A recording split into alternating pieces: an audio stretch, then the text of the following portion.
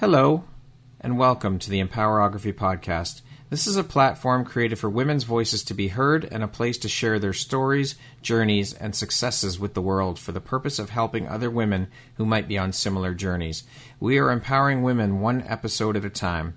I'm your host, Brad Walsh, so kick back, grab one of your favorite beverages, and enjoy the stories.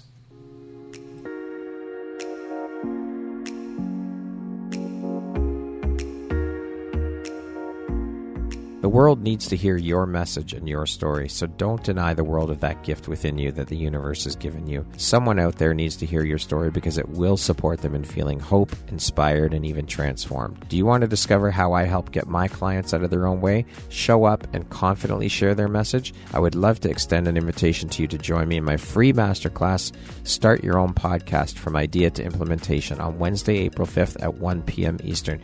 You can find the registry link in the show notes. Hope to see you there. Hello, Brad Walsh here, your host of the Empowerography Podcast. Today, my guest is Bev Joy Ehrlich. She is a relationship coach. Bev, how you doing? Thank you so much for taking the time to be here today. How's your day going?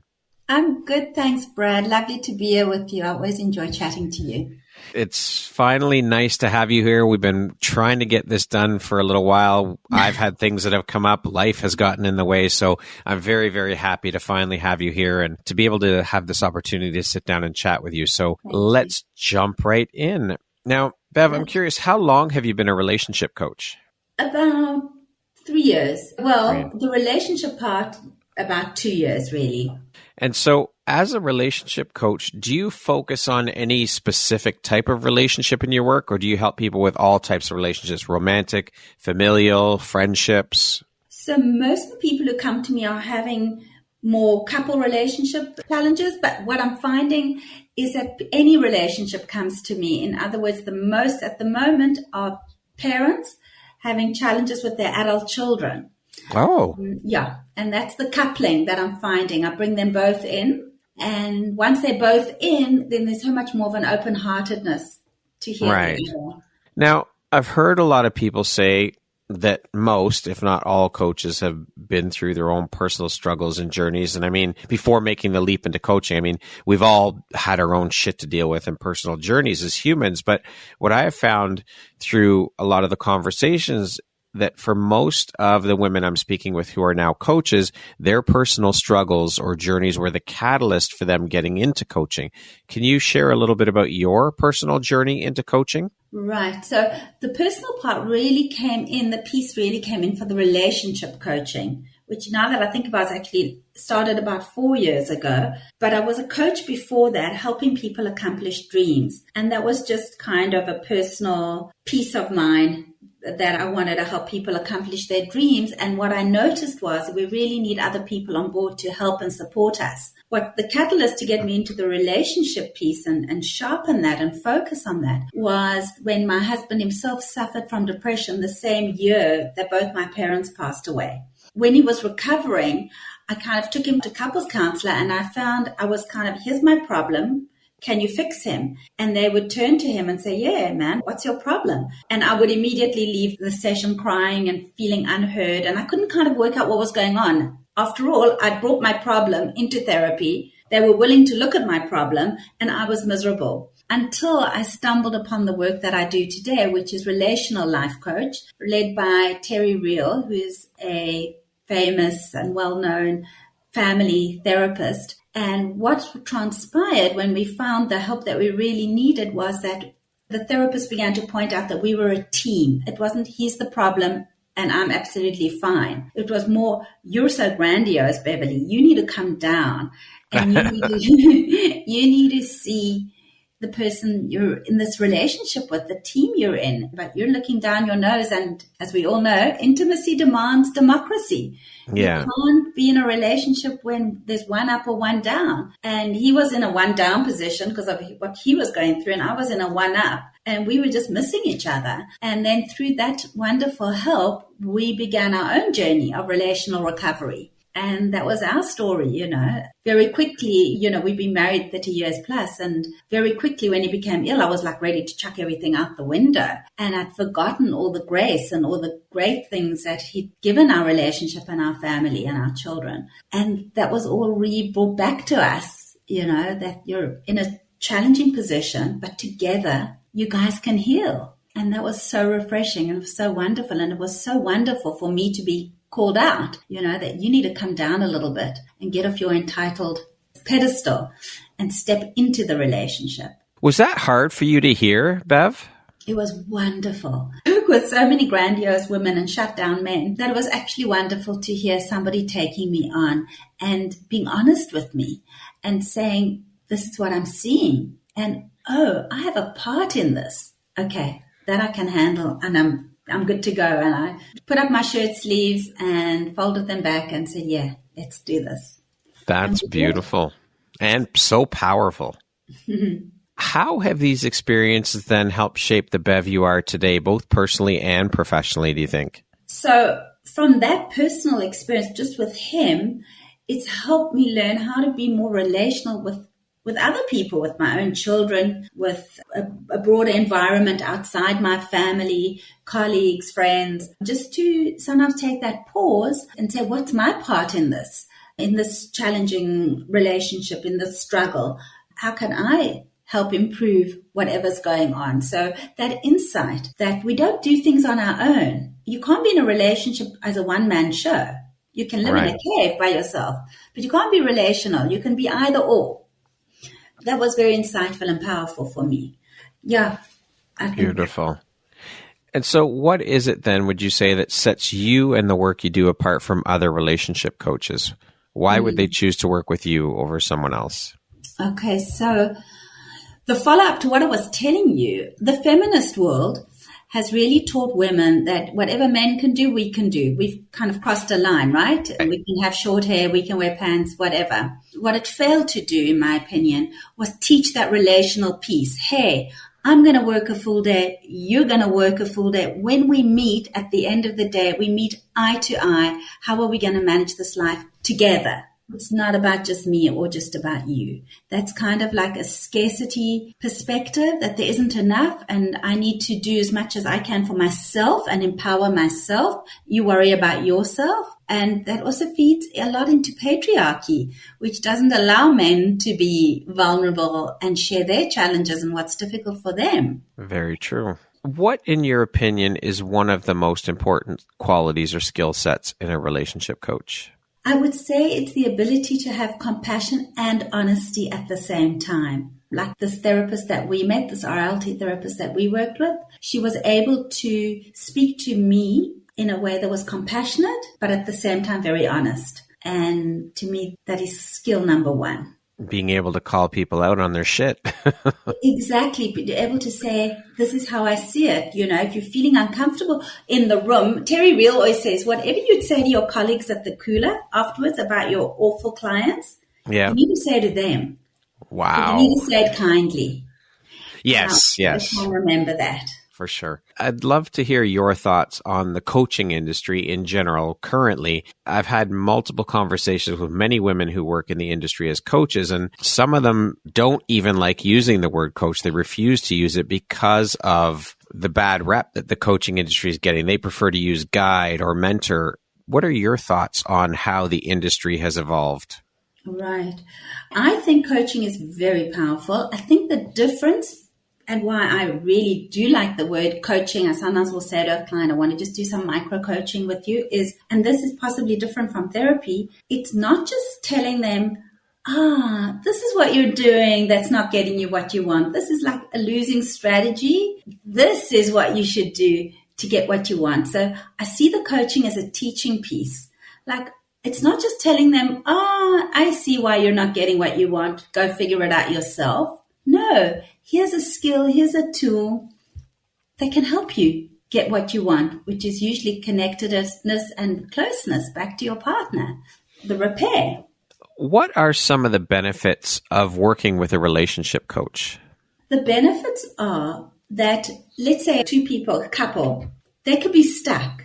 And all you're doing is by bringing in a therapist or a coach, you're bringing in an extra resource. 3 heads are better at finding a solution than 2 heads in everything. You're always, whenever you bring in extra resources, you'll be more creative and you'll be able to find solutions more easily because we don't do anything by ourselves. That's right. And we're not meant to do anything by ourselves. We're meant to, look at entrepreneurship. You cannot do it by yourself. You have to surround yourself with community and like-minded people and a support system. And I think we've lost sight of community and how important it is. So we need to get back to that, and we need to realize that we cannot do this alone. No, life or entrepreneurship. Without a guest. I can't get onto a podcast without an interviewer. There you go. A perfect example. It's so simple. It is. It truly is. In your experience as a relationship coach, Bev, what would you say are 3 of the biggest challenges that couples are facing? Mm-hmm. I would say that couples are facing, we're not taught the skills of relationship. We come very often poorly prepared in our adult lives. And we come very often, we bring a much younger part of ourselves to the relationship. In other words, what I call the adaptive child part, the part that adapted to what was going on for us as a young child. So for instance, if I had a very intrusive mother, I might in my adult relationship lie. I might be a love avoidant. So I bring that into the relationship and I don't know where it's come from. And I don't know what I don't know. And that's where people get stuck when they don't bring that extra resource in that can look from the outside in. So couples will think, they'll come to me, I'm on the brink of ending this. I'm on the brink of divorce or ending this. And they don't know that there are so many skills that they just don't know about in terms of their communication. Maybe I can give you an example of just one. Sure. It's so easy to complain. You never, you always. And underneath each complaint, every complaint is actually a request. I'd really like you to take the garbage out every night by 9:00. You might not get everything you request, but at least your partner knows what the request is. And they very often want to give it to you. Why? I love you. Why? Yeah. Because they live with you. They want the harmony. So, but they just don't know. And we often expect our partners to mind read because you should really know my mind if you loved me. But they don't because we're not married to ourselves. What lights you up or inspires you the most about the work that you do? I would say when I see people coming back into connectedness, when I see that they go out instead of most couples come in, if you just had a magic wand and you could fix my partner, everything would be wonderful. When they take ownership and they walk out and say, wow, I tried this little skill that you shared and it worked like magic. It worked like a charm. And I felt so much better for behaving that way. Now, on the flip side of that, what is one of the most difficult parts of your job? For me, it's a client who hasn't the ability to see their agency. They remain in a victim position. They bring a very young part of them into the therapy sessions where they were always victimized. Nobody loves them. They can't do anything right. That's where I really need to call on a lot of compassion to help nurture and move that person into taking on their adult role. What would you say are a couple of tips or takeaways that listeners can implement for managing conflict in their relationships that you could provide? Okay, so one is, and I might bring this up at the end as well, to always remember compassion, number one, when speaking to your partner. And I'm going to hone that down now into a realistic tip.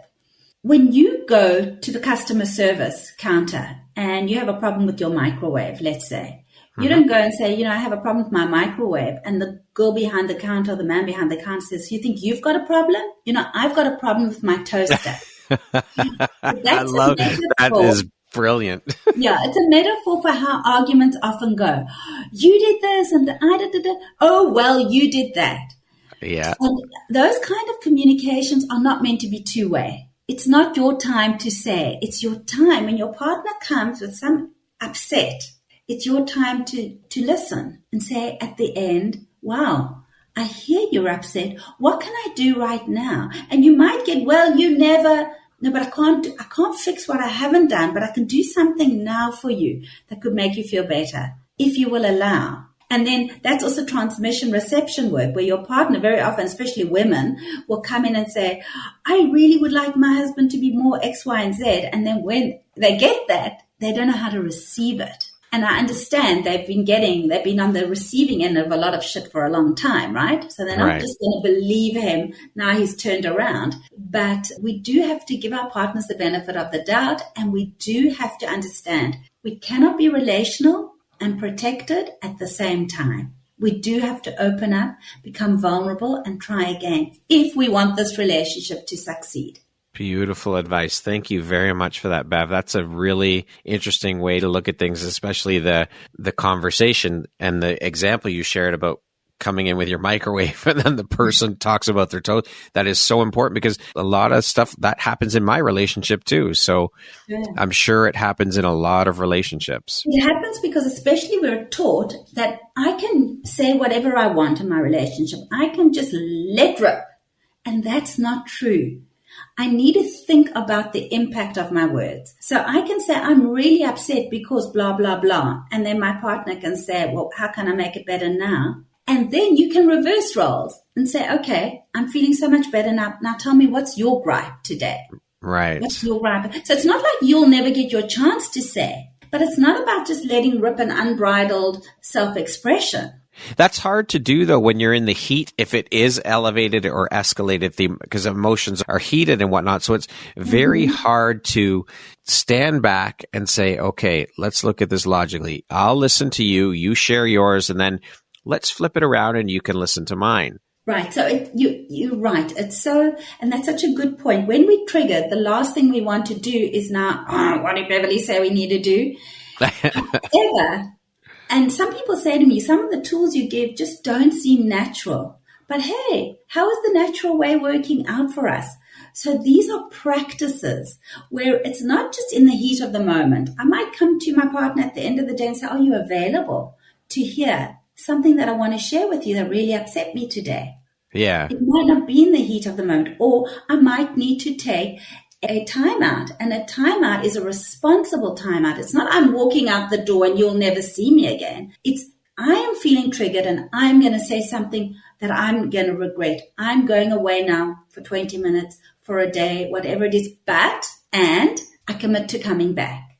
Right. It's a commitment to coming back. I need my space now. I'm going for 2 hours to my room, going for a walk.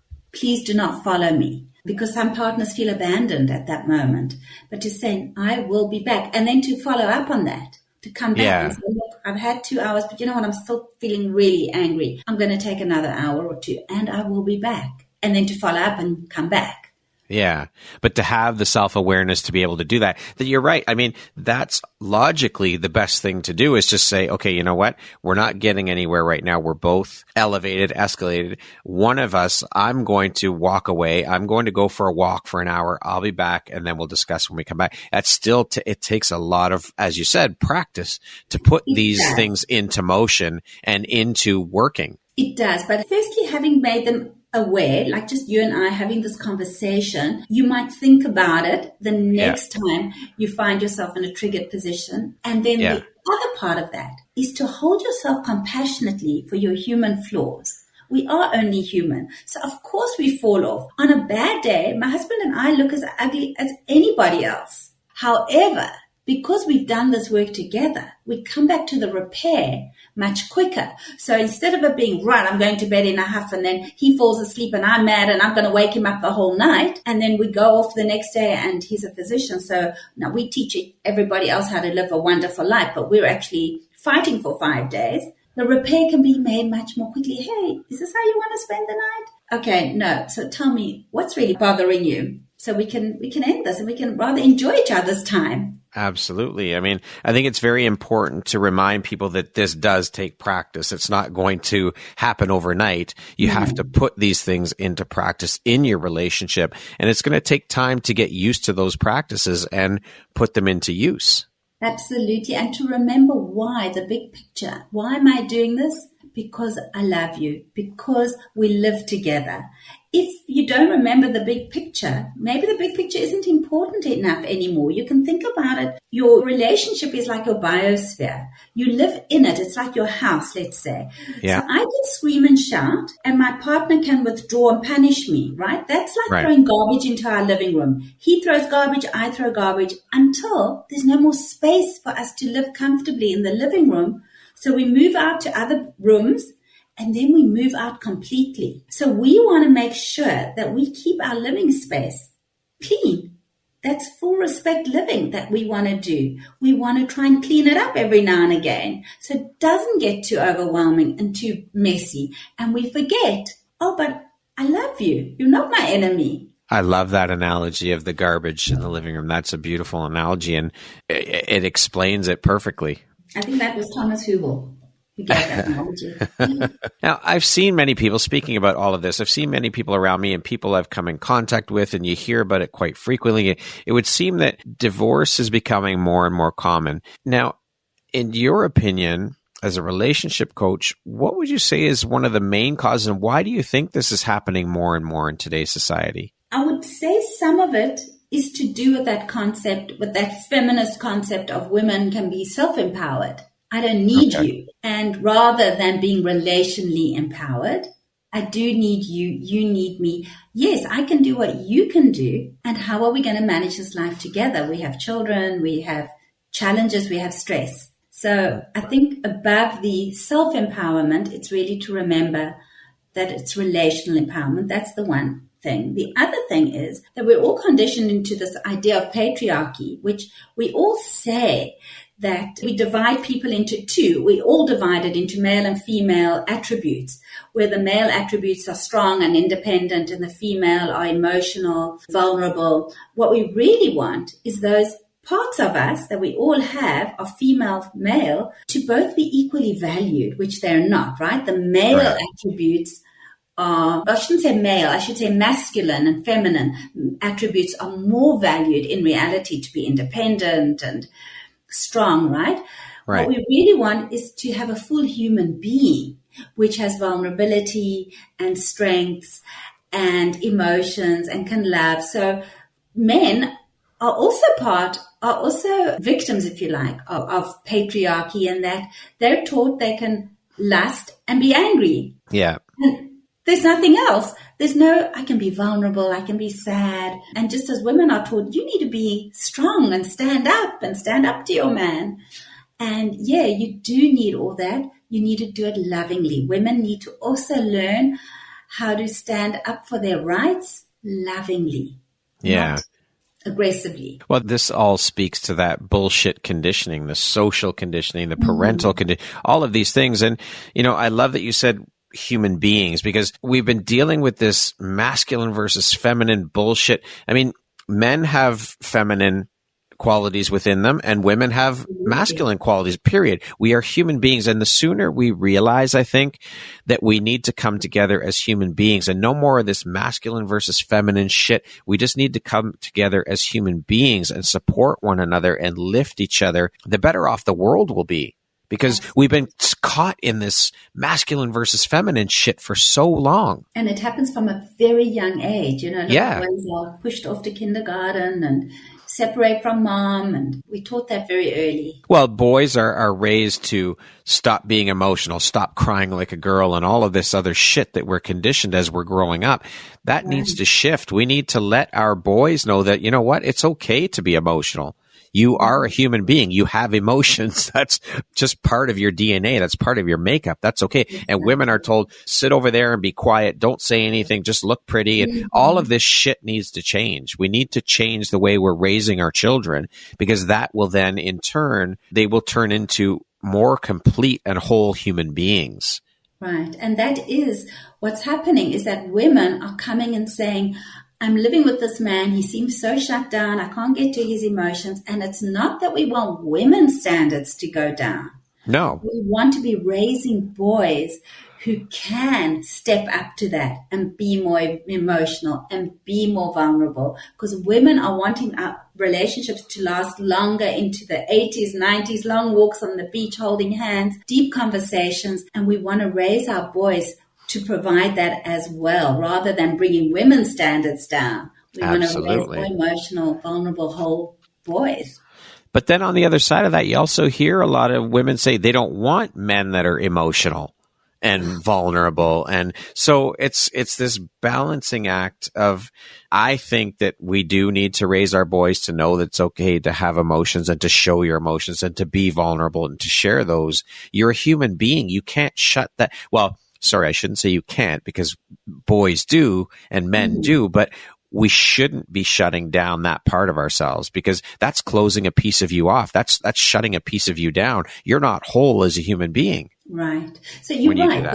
There are women who don't want men to be too emotional, just like there possibly are men who don't want women to be too fragile or too strong. I would like to think of those as individual challenges that I would see, not as a whole, because there are women who love the softness and the tenderness of men. Right. And there are men who love that independence of women. So I'd like to keep that as this is the individual challenge that comes into my space, rather than this is a general statement. Thank you for pointing that out, Bev. What advice would you give someone wanting to pursue a career similar to yours? Who else wants to be a relational coach? I would say you need to look at yourself and how you show up in relationship.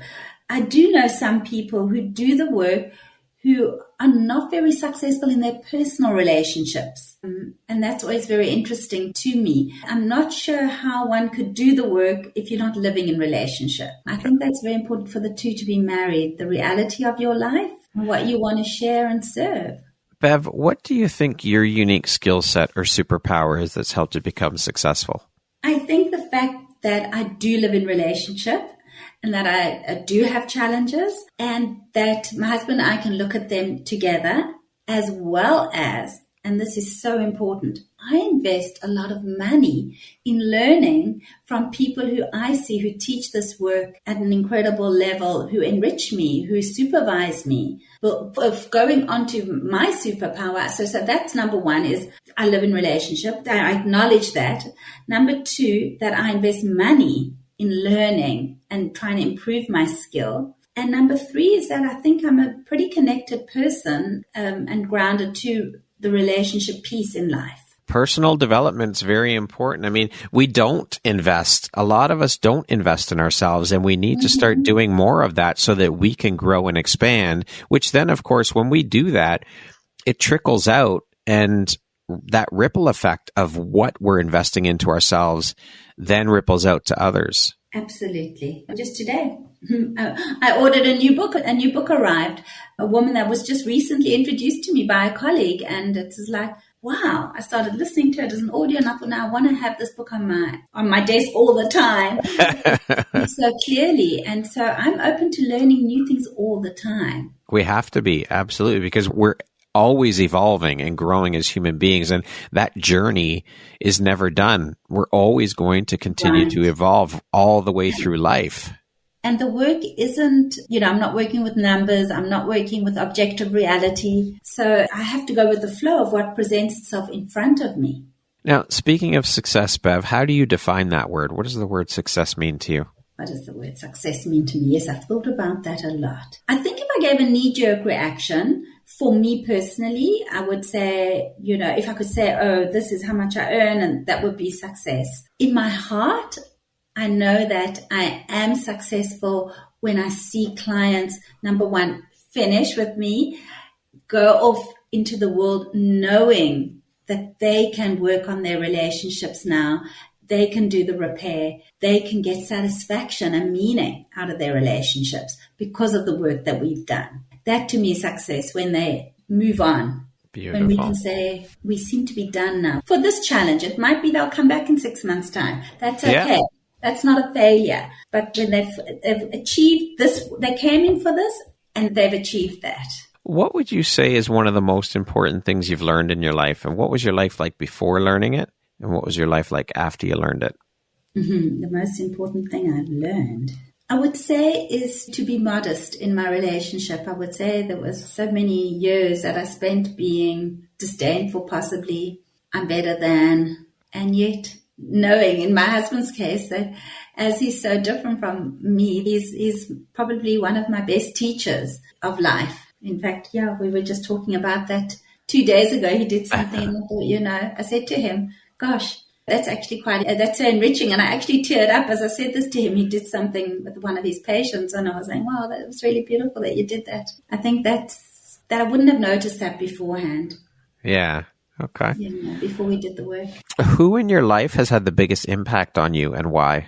I would say it's probably my husband. He's been an incredible support in this journey. He really comes with, if we look superficially at the two of us on paper, we have almost identical backgrounds. Our parents both followed the same path. We're both South Africans, same. And I was often very confused because of that within the relationship. And as we've done work, I've seen the nuance.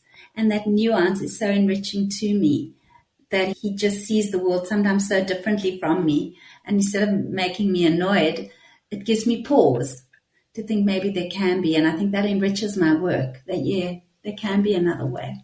Beautiful. What does the word empowerment mean to you, Bev? Empowerment means where I can stand up kindly and compassionately for myself and speak up for myself. Love it. What is an unexpected blessing or occurrence in your life that you're grateful for? I think the practice, my husband and I have a gratitude practice every day at the end of the day. And just sharing a few things that we're grateful for at the end of each day has really within my day, I've noticed so many blessings. And I think just that little practice has expanded that view that something will happen in the day. And I think, wow, I would have overlooked that beforehand. And that actually is a blessing. That's really important, that practice of gratitude and speaking aloud what you're grateful for, speaking it out into the universe, bringing that awareness around that. Yeah. Because we have so much to be grateful for in this life. We do. What is the most recent investment you've made in yourself? So the most recent financial investment is doing this work. I'm in a 2-year program, studying with Terry Real, closely with Terry Real and his team, and the RLT team. And it's been a complete eye-opener. Beautiful. Okay, we're going to jump into a little rapid fire section here. So the next grouping of questions just be 2, 3, 4-word answer type thing, okay? How would you describe yourself in one word? Joyful. If you came with a warning label, what would yours say? Beware. Honesty. What's one thing you want but cannot buy with money? A full coaching practice. If you could teach the world one thing, what would it be? I think compassion. If you could be remembered for one thing, what would that be? Connectedness. What is your favorite self-care practice? Maybe Pilates. That concludes our rapid fire section. Now back to our regularly scheduled program. What is one thing that you love about yourself that is not related to your physical appearance? I'm not afraid of connecting with people. How do you celebrate your wins, Bev? Sometimes through self-talk. Just actually saying to myself, wow, you did good. But you do celebrate them, because I find that that's another thing that we as humans don't tend to do very often. We don't, because we're so busy crossing all the things off the to-do list that we just, once we finish that list, it's like, okay, on to the next. We don't take the time to slow down and celebrate our wins, no matter how big or small they are. Right. Yeah, if I do take the time to notice and acknowledge, which my gratitude practice helps me, but I probably miss some things, but it's really saying things like my self-talk, because that can also be quite negative at times. So it's nice to just give myself a compliment. Absolutely. That mirror work, telling yourself that you love yourself in the mirror every morning. What is one lesson your career has taught you that you think everyone should learn at some point in their life? We only see the tip of an iceberg, and we make up a long story about why people did things and why they did things to us. And I would say being curious. Just pause that and be curious and ask, rather than going off into a story and thinking you know why somebody did something. Yeah, because we never know what someone's going through or why they do what they do. And curiosity is key for sure. What challenge in your life, Bev, has shaped you the most, would you say? I think the challenge of going through my husband's depression If you had the opportunity to sit down and have a 1-hour conversation with one woman, any woman in the world, who would it be and why? I thought about my namesake. I have a Hebrew name. I'm born Jewish. I am Jewish. And my Hebrew name is Batya, who was the daughter of Pharaoh, who saved Moses in the bulrushes in the Nile River. And I thought about some of her qualities. And here she was, supposedly the daughter of a king, and she went against her father's wishes. Firstly, when she heard a baby cry, something was roused in her, and she saw his potential and saved him. And I would like to think that that's my life's mission, to recognize human fragility and show people what they are capable of, what they can bring into the world, how they can emerge and grow. I love that, because we all have a gift that we are here with, and we need to share those gifts with the world. It is our, I want to say, responsibility to share our gifts with the world in order to benefit others out there in the world.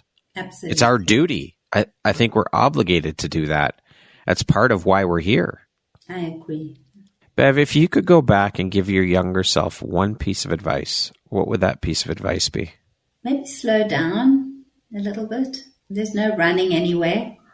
Just be happy where you are right now. This is exactly where you're supposed to be. I love that.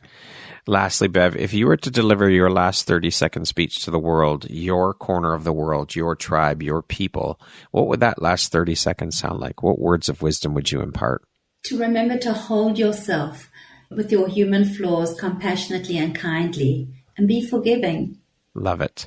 Bev, thank you so much for taking the time to be here with me today and sharing a little bit about your journey and your story and the beautiful light that you put out into the world with the beautiful work that you do helping others. Okay. I appreciate this time with you, and I'm so grateful to have you as a member of the Empowerography community, and just grateful to be connected with you. Thank you so much for a beautiful conversation. Thank you, Brad, for this time. Once again, my name is Brad Walsh, host of your Empowerography Podcast. Today, my guest has been Bev Joy Ehrlich. She is a relationship coach. Thank you so much, Bev. I hope you have a wonderful and beautiful rest of the day. You too. Thank you, Brad.